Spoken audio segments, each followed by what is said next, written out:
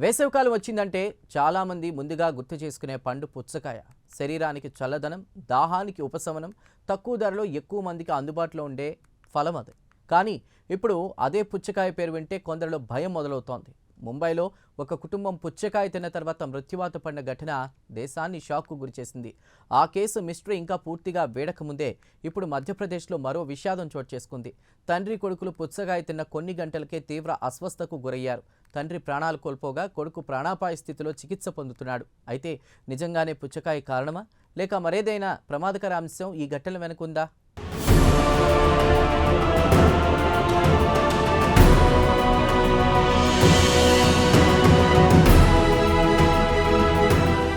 మధ్యప్రదేశ్లోని సాజాపూర్ జిల్లాకు చెందిన ఇంద్రకుమార్, ఆయన కుమారుడు వినోద్ సాధారణంగా గడిచిన ఒకరోజు తర్వాత ఒక్కసారిగా ప్రాణాల కోసం పోరాడాల్సొచ్చింది. కుటుంబ సభ్యుల కథనం ప్రకారం ముందు రోజు రాత్రి వీరు గుమ్మడికాయ కూరతో భోజనం చేశారు.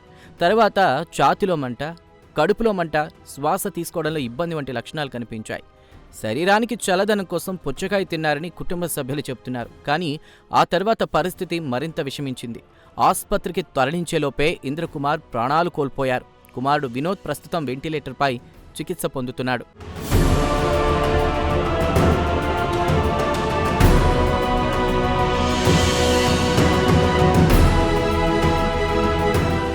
ఈ ఘటనలో ఆసక్తికర అంశం ఏంటంటే, వైద్యులు తొలి దశలోనే ఒక విషయాన్ని స్పష్టం చేశారు. సాధారణ ఫుడ్ పాయిజనింగ్లో కనిపించే వాంతులు, విరేచనాలు వీరిలో లేవని చెప్పారు. బదులుగా శ్వాస తీసుకోవడంలో ఇబ్బంది, గొంతు బిగుసుకుపోవడం వంటి లక్షణాలు కనిపించాయని తెలిపారు. అందుకే పుచ్చకాయే నేరుగా కారణమా అనే విషయంలో ఇప్పుడే తేల్చలేవని చెప్తున్నారు. పోస్టుమార్టం రిపోర్ట్, రక్త నమూనాలు, ఆహార పరీక్షల తర్వాతే స్పష్టత వస్తుందని అధికారులు చెబుతున్నారు.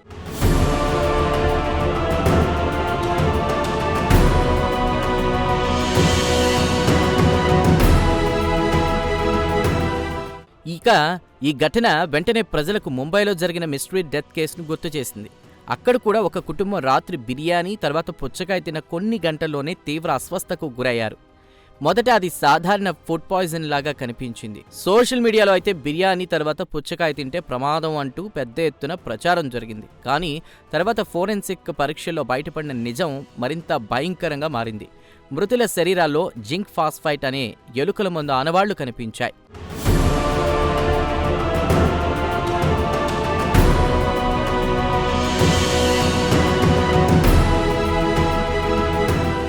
జింక్ ఫాస్ఫైట్ అనేది సాధారణ విష పదార్థం కాదు. ఇది కడుపులోకి వెళ్లిన తర్వాత ఫాస్ఫైట్ అనే ప్రమాదకర విషవాయువుగా మారుతుంది.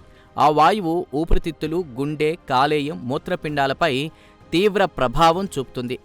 కొద్ది గంటల్లోనే ప్రాణాపాయ పరిస్థితి తీసుకొస్తుంది. ముంబై ఘటనలో పుచ్చకాయ నమూనాల్లో కూడా అదే రసాయనం ఆనవాళ్లు కనిపించడంతో కేసు పూర్తిగా మలుపు తిరిగింది. అది ప్రమాదవశాత్తు జరిగిందా, లేక ఎవరైనా కావాలనే విషం కలిపారా అన్న అనుమానాలు మొదలయ్యాయి.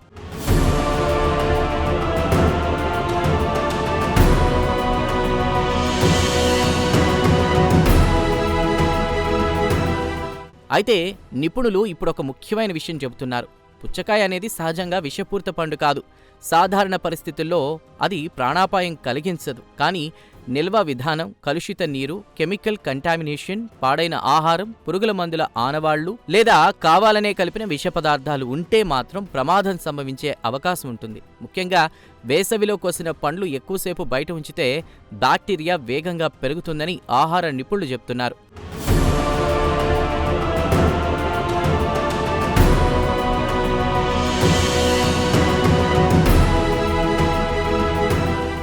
మధ్యప్రదేశ్ ఘటనలో కూడా ఇప్పటి వరకు పుచ్చకాయే కారణమని ఎవరూ అధికారికంగా చెప్పలేదు.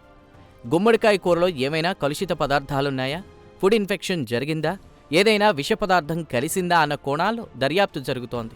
అదే సమయంలో ముంబై ఘటనలో బయటపడినటువంటి విష రసాయన కోణం కూడా ఇప్పుడు ఆరోగ్య శాఖ అధికారులను అప్రమత్తం చేస్తోంది. ఈ రెండు ఘటనలు మరో పెద్ద ప్రశ్నను కూడా లేవనెత్తుతున్నాయి. మనం తినే ఆహారం ఎంత సురక్షితం? మార్కెట్లో అమ్మే పండ్లు, కూరగాయలు, కోసిన ఫ్రూట్ ముక్కలు, వాటి నిల్వ, రవాణా, పరిశుభ్రత ఎంతవరకు నియంత్రణలో ఉన్నాయి? సాధారణ ప్రజలు కలుషిత ఆహారాన్ని ఎలా గుర్తించాలి? ఇవన్నీ ఇప్పుడు చర్చకు వస్తున్నటువంటి అంశాలు. నిపుణులు కొన్ని జాగ్రత్తలు సూచిస్తున్నారు. బయట కోసి ఉంచిన పండ్లు కొనొద్దని, వాసన మారినవి, అసహజ రంగుల్లో ఉన్నవి తినకూడదని, ఫ్రిడ్జ్లో ఎక్కువసేపు నిల్వ చేసిన పండ్లను జాగ్రత్తగా వాడాలని చెబుతున్నారు. ముఖ్యంగా పిల్లలు, వృద్ధులు, ఆరోగ్య సమస్యలున్నవారు బయట ఆహారం విషయంలో మరింత జాగ్రత్తగా ఉండాలని సూచిస్తున్నారు.